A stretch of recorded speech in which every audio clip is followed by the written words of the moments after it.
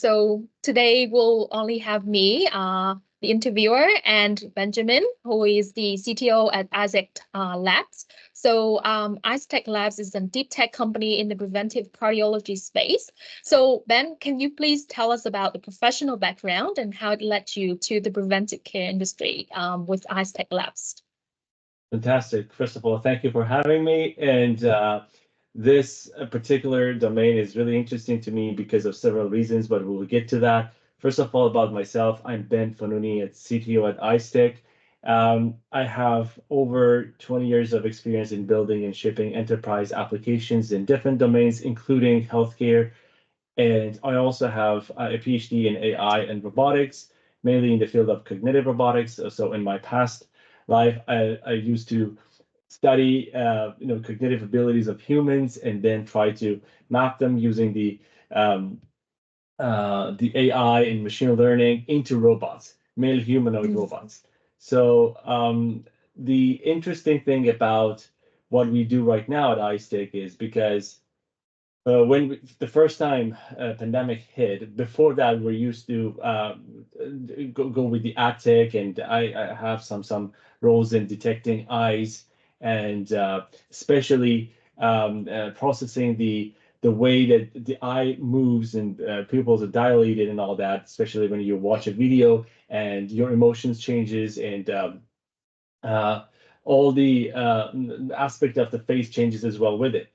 But that was for mainly understanding the amount of attention you paid to a certain video or to a thing inside the video. But when pandemic hit, we tried to use the same technology that we developed in order to detect this time some manifestations of COVID-19. So we tried to understand if it is possible at all or not. And because of that, we got interested in mostly healthcare. And because when we developed that algorithm for the first time, we didn't know that it could be that great that could be used, for example, for screening diseases. And this is how we started, doing our research and getting into the medical evidence, clinical evidence, and all that to ensure that this is possible. After that, the journey started by going through, lots of papers, reading all about COVID and how this impacts, for example, the eyes, and especially the outer surface of the eyes, because we knew from the beginning that it probably has some impacts on the back of the eye, where you can actually use fundus images in order to understand what's going on in the eyes. However, we wanted to know if this has any impact on the surface of the eye, something that you can be visible or maybe not visible to the naked eye, but you can actually detect it using certain AI and machine learning. So sure enough, we actually found some evidence that this could be done. And in the beginning, so many people had, especially in the early stages of COVID and early variants of it, people had, for example, conjunctivitis and pink eyes. So you could have seen this easily, but so many people didn't have any visible indication of a disease in their eyes. But then we started training and we started building our AI model in order to understand if this could be done by AI, because sometimes it is not possible to see it with naked eye, but it is possible by applying filters, applying certain steps in the image processing, and get what you want. And we tried it like that, and this is the whole journey that began 3 years ago, almost. So I don't know if I answered your question, but I think I gave you a little bit of my background and how I got interested into whole this journey up to now. No, definitely, it sure does.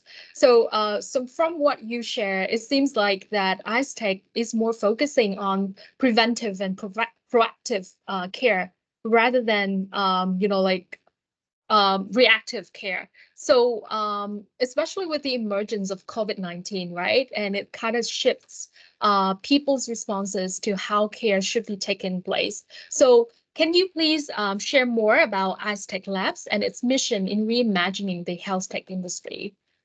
Oh, absolutely. So I just want to say that we currently what we built is a platform, a novel platform that you can run different types of screening tests via this platform.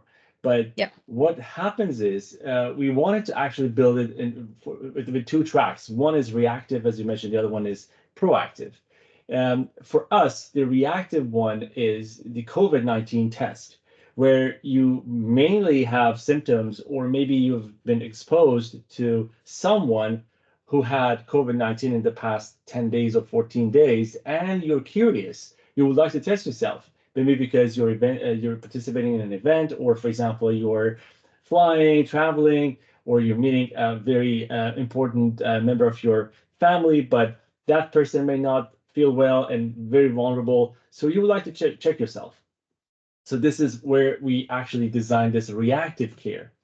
And there is another track that is a proactive, where mainly we detect heart health diseases by monitoring the heart health, like for example blood pressure, heart rate, heart variability, blood oxygen level, and respiratory rate. So Mm. when you combine these two together, of course, you get a lot of important information in your general health. But we do have these two tracks, and we spend equal amount of time in developing algorithms for both. So that is what I wanted to actually mention, and how it actually the main mission of AiZtech, I would say, is to enable this type of technology, which is helping a lot with early detection and screening of diseases, to almost everyone in the world. So no matter where they are and with what background, they should be able to uh, use this screening for detecting early stages of their diseases. And we know that in many cases, if you do this early on, especially in the heart health diseases, then it prevents from heart attacks, strokes, and even for COVID, even you can see that the long COVID is a big thing these days, and also other respiratory diseases. So it can prevent them from happening if you screen frequently and if you screen prior to really seeing the symptoms. And this is our mission, to bring this platform to everyone. So whoever has a smartphone in their pocket that is not older than, for example, 5 years, we only need them to have a 5 megapixel camera attached to this. And that's it. There's no need for extra app. There's no need for extra equipment to attach. That's it, and they can actually run it. They only need to have internet connection, obviously, to really use our system. And if you put all that into perspective, then you see that our mission is to save lives. Our mission is to bring this into the hands of everyone in the world, and most of the people, no matter where they live, they can actually use this to prevent a major issue or major diseases in the future. Fantastic. So earlier you mentioned about the application of AI in the proactive health management. So can you be more specific on its application? What is some functions that you have, applied AIs to be a companion for personalized healthcare for proactive health management? Very good question. So Um, as I mentioned, one of the things we wanted to do was to help people everywhere without really additional device or equipment to test themselves much more frequently. And the only Yeah. way to do that is to look what they have or what real estate they have in their pockets. That's the smartphone. So, and what else do you have? The camera. And these cameras are very powerful these days. Most of the smartphones that we buy today have more than 12 megapixel, but we are even making it a minimum requirement of 5 megapixel. Just imagine how many people in the world can really use this. Yeah. And the AI part of it is when you start taking the photos automatically using the web application that we have. Of course, we do have the native applications as well. If you're interested in that, you can install Android or iOS application. But we also delivered a web application where, without installing anything, you can easily log into the system and start scanning. And what this system does is asking you to pose in front of the camera in a certain way. For example, it says that you need to look into the center and then look to the right, left, up, and then it takes the shots immediately when your gaze directs to that direction. It also checks for distance. It also checks for the light condition. It checks for if your eyes are open enough and other conditions that we put in place. And even we have a security in place where we say the same person must be in all the 4 images. And if, for example, I have a friend of mine sitting beside me and I do 2 of the shots myself and then 2 other ones, I hand it over to my friend, it will basically reject the test. So it has to be me, and it checks all those conditions. And if everything is all right, it sends all the information to the server processes, and then returns back the result, which is the result of going through the AI prediction to see if any manifestation of COVID is detected or not. So this is the AI part where we analyze images of the eyes specifically and look for certain patterns, and we look for certain areas in the eye that we know that the COVID-19 manifestation will present themselves there. And then we share a probability of that with the user, so they know if it is a high risk or if it's a low risk, and if it's detected, not detected, depending on what type of test they run. And so this is the AI part, accepting images and returning back the COVID probability. Yeah, so we can call them the AI detection features of the company, Yeah. right? So Yes. yeah, it's interesting that you mentioned about that. So whenever we meet with a startup in the health tech space, it's really important to highlight the clinical validation studies, to ensure the accuracy of the results. So can you please share more about the studies behind this function and also the secret sauces behind the AI system and how it achieves, like such rapid and precise diagnostics? Very good. The only thing I need to say is we are not comparing ourselves, for example, with PCR, which is a diagnostic tool or diagnostic test. We are Right. doing a comparison with mainly antigen, which is the screening and helping with screening. Because at the moment, PCR for COVID is the only test that is acceptable or the de facto to really truly know if someone has COVID or not. So we are basically helping reducing the costs. So why should I really go to do PCR if, for example, we give you a very high risk possibility? So you can actually save that money. But of course, for confirmation, you should always go and do a PCR test. This is even for antigen tests. This is exactly like that.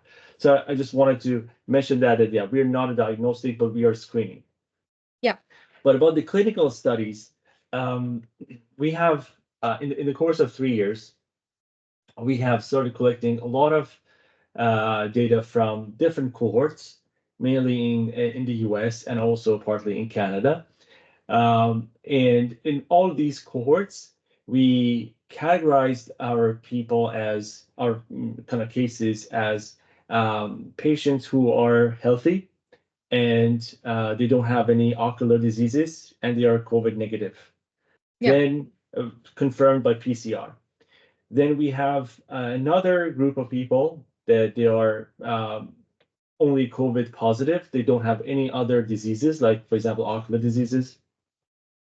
And the third cohort is the ones that they have some sort of ocular diseases. Recently, we also have, but they're also COVID negative. So COVID negative, but with some ocular diseases, like, for example, cataracts, glaucoma, and all other diseases that we actually can see visibly in the eyes, but they are Yeah. COVID negative. And recently we added a few more groups. One of them is a group of people that they have symptoms and they have, for example, RSV or they have flu. So, but they're COVID negative. So if you combine all that in a data set, then we try to train our model using this kind of group of people that we collected their images, and we actually know their backgrounds, their symptoms, and all that, and we train a model based on that. But before this step, we needed to make sure that, as you mentioned, the clinical evidence is there. So we started teaming up with ophthalmologists in the University of Toronto and Kensington Eye Institute, and then after that, in the US, multiple different places, to ensure that we have the best advisors and we have the best doctors on board. And we discussed all over the research that we have made and all our findings with them, and we got the proof that, yeah, this could be done from the medical point of view. Then we started building the AI, and we started building the model. So all these studies that have been done on different sites are for a main reason. So for example, we know if we can distinguish between COVID and non-COVID, we can distinguish between COVID and flu and RSV, which is under progress at the moment. Or, for example, we can distinguish between COVID and other ocular diseases, like, for example, cataracts, like glaucoma that I mentioned, trachoma, for example. So these are the different studies that we tried, collect data for, and then we build our model and test our model against these conditions. Right. It's very impressive that AiZtech Labs is also, exploring other emerging pathogens like flu or RSV, as you mentioned. So if you kind of map them out on the patient's care continuum journey, would it be fair to say that the company is only focusing on the upstream part, which is more on screening, rather than the downstream parts, which is more on, like care delivery solutions for the patients themselves? Yes, that is correct. Because the most important thing is we also need to understand our limitations here, and our job is to ensure that whoever wants to know as soon as possible if they've been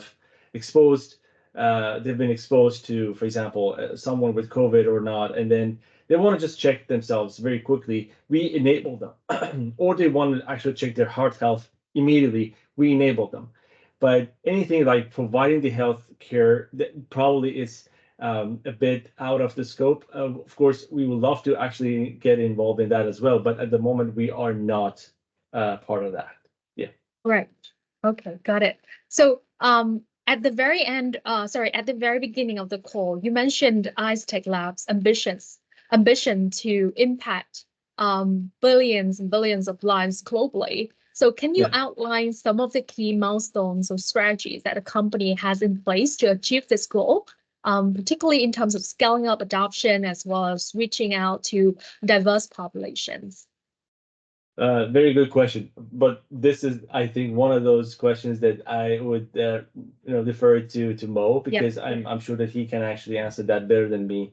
So, but on the technical side, what I can do is I can tell you what we put in place is to ensure that we are ready for this amount of users that we see, or all the early adopters, and then after that, those that will start using it more frequently, because that is the key for us. We would like people to use this tool as frequent as possible. The whole idea is, if it is not that expensive and the whole test could be done in, let's say, a few seconds or maybe less than a minute, then you can actually try it as much as possible. And also it's painless, there's no chemicals involved, so it's safe, it's environmental friendly. So there are no barriers, and there's no excuse for running this as much as possible. But then that means we should be able to scale up very quickly. We should be able to have infrastructure that can support all these new users. So from the technical point of view, we designed everything on the cloud to ensure that we are ready for such a massive load. So I just wanted to clear the technical side, and hopefully Mo will cover the business side. Definitely. So let's circle back a bit to understand the underlying technology or secret sauce behind, the company. Our readers here are very curious to learn more about like the secret sauce to its ability to scale very fast and collect a lot of patients' information. So as a CTO and in your current role, can you please share a bit about your experience? Absolutely. So, one of the key things for us, or I think for any company that works in the domain of AI, is to have enough data. And especially when you talk about images, that means you need to go ahead and ask patients their consents, obviously, and go through a lot of processes of approvals to get into the point that you can start collecting data. And if you go back into 3 years, when pandemic hit, Yeah, there weren't really data sets or anywhere really that you could actually find data. So we had to be very creative. You can't imagine how we started collecting data. We started first from our close friends and ourselves, and then after that we started looking into public videos that were out there, and we started building the MVP based on those. And then when we got the first impressions that yeah, it is going to work, then we started working into getting the clinical evidence, and also at the end collecting more data according to the much more standard way of doing it. And as you know, like IRB approvals, and then going through different clinics, teaming up with doctors in order to yeah, do this in the right way. But again, a big challenge was how do you really get on top of this whole thing? Because COVID was changing very quickly. And also, how do you start collecting data? Because not so many positive people had the ability to stand in front of the camera and take the picture. So you can imagine this was really a big one, yeah, a big challenge. And so we had to really be creative in this as well. We started collecting data, but then we actually used many other techniques that are very common in AI. Like, for example, you can use data augmentation, you can use small changes, and then train your model with all those variations of the images, and then test. What we actually found was even up to today that the model has seen many of these variants. We still have a very good accuracy and sensitivity specificity compared to the antigen tests that, for yeah, example, released 2 years ago, because they are not really good with the latest version of or latest variants of COVID. But our system, because it has seen all those variants and still has a familiarity with all those symptoms or kind of like manifestations, it can mm, detect easily. I don't want to say easily, but it can detect much better than, for example, an antigen test, all these variants, and it can discern them. So, um, to be honest, the secret is just having this perseverance and going after collecting data as much as possible and be yeah, creative. So we started with something that no one really believed: public videos of people who had COVID, and they said they claimed mm, that we have COVID, so we could actually get the information from them and just to build the MVP. And even at that time, we could actually crack the COVID versus no COVID. But then when we started doing the studies much more in the standard and I would say professional way, then we realized yes, it is much more difficult, obviously, and it's more costly and all that. But if you look at the positive side, you will see that you have a model which is very much I would say able to detect different variants of COVID, and better than many antigen tests out there. yeah. So be creative with data Thank you. collection, right? Yes. Yeah, exactly. That is it. Yeah, right. So from your opinion, or um, from your strategies, upcoming strategies and business initiatives, what are the upcoming product roadmap for the company that excites you the most? That's a very good question. So we have started working on multiple projects at the same time, obviously, because as I said, there are two tracks for us always, one reactive, Yep. then the other one is proactive. And for each of them, we have very exciting products in the roadmap. So, for example, one of the things that we discussed with the team, what would be the next thing, next COVID? Like, for example, it could be RSV, it could be even flu and different types of flu. And why not we actually give this kind of like a multiplex? Now that you test for COVID, we can tell you if you are infected with other diseases, like for example, it could be RSV, it could be flu and type 1, type 2. In this is one track. The other one is the heart health, which I would say also equally interesting and much more deadlier, I would say. Nowadays, COVID is not that deadly, but heart health still remains on top of the list, on one of the Yeah. two in the US and all over the world, I guess.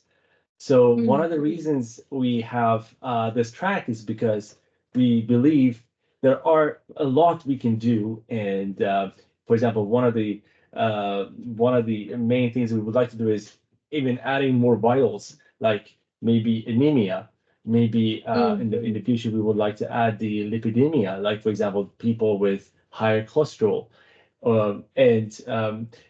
We also wanted to add this AFib, where we can detect AFib condition in some people, and a bunch of other things that we have in the roadmap. So to me, all of them are very exciting, and I think we are now releasing the COVID product. Now it's time to actually solve another problem. So we move on to another problem, which is also equally important and exciting uh, to resolve. Awesome. Fantastic. Who knows what the next COVID will be, right? Yeah. And you already touched on, the impact, the trends in the healthcare sector in the next 5 years, which Yes. is still an unknown question for the majority of us. Right. So, yeah, in order for us to better understand the impacts that AiZtech Labs has on the mass market, can you please share a success story or case study where AiZtech technology has significantly improved the patient's care and healthcare operations? Again, I think this would be something that Mo will talk about more probably because we are about to launch in different kind of regions, and each of them Yeah. have their own, I would say, aspects, and we need to talk about them. But I can actually share one of the stories from my end, at least. About a few years ago, especially in the beginning of the pandemic, and when I think the dominant variant at that time was Delta, and it was really deadly. There's so many deaths reported every week, daily, but then every week we could see that the whole thing is getting very serious, and everyone was so scared. We had a friend, a doctor friend, that he was kind of like feeling like symptomatic, and he wasn't really feeling well. And just imagine that the doctors themselves, they sometimes overlook the potential of getting something really serious, and they may not be able to really know exactly what it is, especially as the beginning of the pandemic. And he told us that, yeah, I don't have COVID because I tested with an antigen and a couple of times, and I'm negative. What we asked, we just said, okay, why not just try with iSelfie? It is easy, just try it, and it takes what, 1 minute max? And first he said, no, I just tested it with antigen, and I'm fine. It says negative. I do feel a little bit of headache, and I see some other symptoms, but it says negative, so I'm fine. And we just insisted in a little bit, say, maybe you just try. I mean, it doesn't hurt. And after a couple of minutes, he started doing it, and we showed positive. And he said, maybe I should do it again. This wasn't really nice. I mean, in the right position, or maybe in a different room. And he did it again, and it was positive. And I was saying, okay, so I don't know if I have to believe you or not, but at least this gives me an indication, I should check it with PCR. And he did. And he went, I think the same night to do the PCR. And at the end of the day, sure enough, he got COVID positive. And Mm. when he actually see himself that, yeah, it could be him also getting, false negatives on antigen, then he tried to be our advocate, and here and there he was just talking about it and all that. And then we said, okay, so what happened to you could happen to anyone else. And what happened to you, and you actually isolate yourself from your family, your kids, your wife, actually helped them. Now, imagine this could happen to mass, many other people. And this could save a lot of lives. At least back then, it was much more serious with deaths and all that. It's now probably a bit better with the newer variants, but still, because of long COVID and other implications of this, it's better to have the early access to such a tool. And that was one of the kind of nice memories I have, because one of our friends actually, who was a doctor, actually experienced it firsthand, and we kind of saved their families from getting COVID. Mm. Amazing story. It clearly shows the roles that AiZtech plays in, Yeah. like improving the access to care for those for the mass market. And it really helps, especially in times where emergency is needed. Yeah, so really, really helpful. So just one last question. Thank you so much, Ben, No for worries. taking the time to share all the amazing story. Like our readers and audience here would love to learn more about, like hear more about your advices, especially for those who are aspiring to enter this healthcare industry. So, what are some words of advice would you give to aspiring healthcare professionals or entrepreneurs who wants to make a difference in the digital health sector? That's a great question. So, I think, at least based on my experience, one of the key things is, before we start jumping into solving a problem or creating a business out of an idea, I think, at least in the healthcare, because it's a bumpy road and it has to deal with a lot of regulatory and it has to deal with the other compliance, it's always good to do your due diligence and make sure that you have the clinical evidence. This is the most important thing, I guess, because as long as you do have it, then you can find a way with perseverance, with doing your own research, and building a great team, you can solve the problem. But as long as Right. you have the clinical evidence, but if you don't, then it will be very difficult. And there are ways, of course, to circumvent this by just maybe reducing whatever you do to wellness app, because that's also another target you can seek after. But the main thing is, if you would like to really work in this domain, you should know that it's a bumpy road. It's not like any other domain. So some people say, yeah, I like, for example, to build e-commerce application and sell something and whatever. Yeah, there are some compliance here or there and regulatory probably, but it's not as rigorous as this one, as healthcare. And you need to be prepared for dealing with regulatory. You need to be able to deal with different people, from doctors, from salespeople, all of that. So you should really have your answers ready. And the only way to do that is to really do your clinical evidence and making sure that whatever you do is worth solving. Awesome. So this really anchors my concerns because whenever I talk to entrepreneurs or startup founders, the Mhm. majority of them cited that market needs is actually something that a lot of, like aspiring co-founders haven't tried to research first before entering the space. And this is Mhm. one areas where a lot of startups or even healthcare startups fail because they fail to identify the market Mhm. needs, and Mhm. really shows from your sharing that clinical evidence and the studies and research that comes into place is really important in shaping up the ideas before coming up with an MVP. That's Yeah. very interesting. Yeah, so I think that Thank you. also wraps up our conversation today.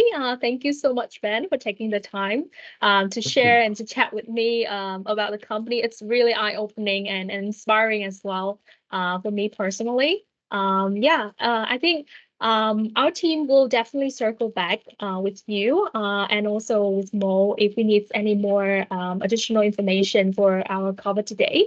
But I think everything is good. I have gone through all the question list today. It's very efficient. Thank you so much. Thank you so much, Dan, and it was a pleasure talking to you. I also enjoyed our chat. Thank you. Yeah, have a good day. You too. Thank Yeah, you. Bye-bye. thank you. Bye bye.